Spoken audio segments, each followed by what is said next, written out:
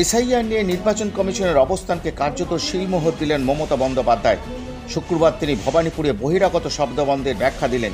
তিনি বললেন, নির্বাচনের নাম করে অনেক বহিরাগতরা হোটেল, গেস্ট হাউস ভাড়া করে থাকেন। যাদের অনেক টাকা আছে তারা ফ্ল্যাট কিনে নেন।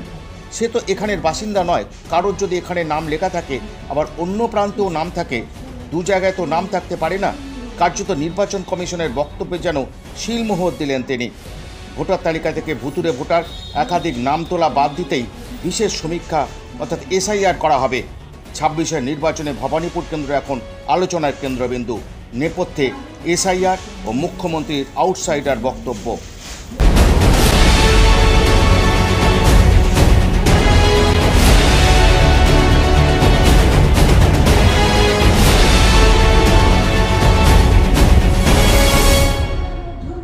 আমার একটি কথা নিয়ে অন্যভাবে ব্যাখ্যা করা হয়েছে। আমি বহিরাগত বলতে এখানে যারা এখানে যারা বাস করেন তাদের কথা বলিনি। আসলে আমি আমার কাউন্সিলরদের বলছিলাম, এটা তো আমার অধিকার আছে আমার দলের মিটিংয়ে। আমি আমার কাউন্সিলরদের বলছিলাম যে তোমরা কেন বস্তিগুলোকে উঠিয়ে বাংলার বাড়ি করছো না? বস্তিগুলোতে গরিব লোক থাকাটা অপরাধ নয়। এবং তোমরা কেন চেষ্টা করবে না? কেউ একটা কিনে নিল আর 200 মানুষকে এলাকা থেকে তাড়িয়ে দিল, তারা কি মানুষ নয়?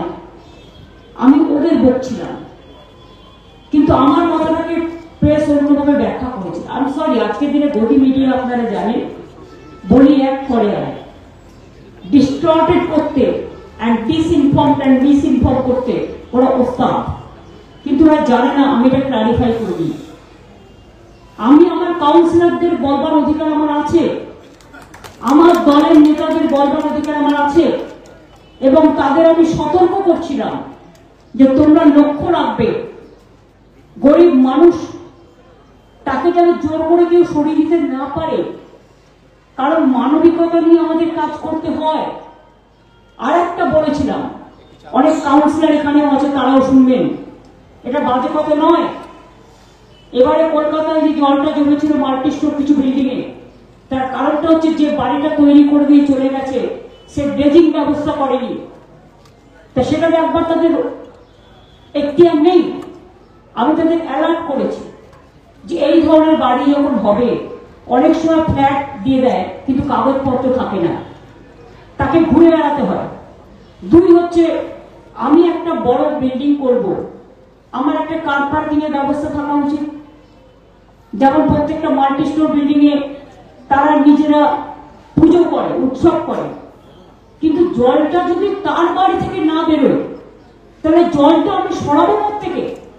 সেই জন্যই সতর্ক করা হয়েছিল যে দেখে নেবেন একটা বাড়ি কমপ্লিশন হওয়ার আগে যেন ড্রেজিং থেকে শুরু করে, ইলেকট্রিফিকেশন লাইন থেকে শুরু করে, ওয়াটার সাপ্লাই থেকে শুরু করে সবকিছু সুযোগ সুবিধা যেন থাকে।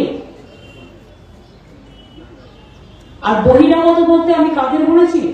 আমি একটা রাজনৈতিক দলকে বলেছি, যারা বাইরের লোক নিয়ে এসে এখানে আমাদের ভোটারদের নামের পাশে আপনারা দেখেছেন 10টা করে বাইরের লোকের নাম তোলে। তার মানে যাতে এখানকার ভোটারটাও ভোট দিতে না পারে। এখানে যারা থাকে তারা মোর দ্যান বেঙ্গলিস, তাদের আমি সম্মান করি, ভালোবাসি। তাদের ডান্ডি নাচ থেকে শুরু করে, তাদের নবরাত্রি থেকে শুরু করে, তাদের প্রত্যেকটা হোলি উৎসব থেকে শুরু করে সব কটাকে আমরা পা মেলাই, হাত মেলাই। এটা মনে রাখতে হবে। ইলেকশনের নাম করে কিছু লোক বহিরাগত চলে আসে, বিভিন্ন হোটেল ভাড়া করে, বিভিন্ন গেস্ট হাউস ভাড়া করে, আর যাদের অনেক টাকা আছে তারা অনেক ফ্ল্যাট কিনে নেয়। সেখানকার বাসিন্দা নেই। বলুন তো, একজন লোকের যদি নাম এখানেও থাকে আবার আর একটা প্রান্তেও থাকে, তা দুটো নাম তো একটা লোকের 2 জায়গায় থাকতে পারে না, যে কোনো একটা নাম থাকতে পারে। এতে তো তার সে চিটিং করছে। তা সেটা কাউন্সিলরদের দেখার কাজ নয়, লোকাল লিডারদের দেখার কাজ নয়। এই কথাটা বলতে গিয়ে তারা ব্যাখ্যা করলেন অন্যভাবে। প্রশ্ন হচ্ছে, এই কারণেই তো ভোটার তালিকা স্বচ্ছ করতে ও একাধিকবার নাম তোলা বাদ দিতে এসআইআর করা হচ্ছে। তাহলে তিনি আপত্তি করছেন কেন? আপনারা কি বলেন? জানান আপনাদের মতামত। ভিডিওটি ভালো লাগলে লাইক, শেয়ার, কমেন্ট ও সাবস্ক্রাইব করতে ভুলবেন না। ধন্যবাদ।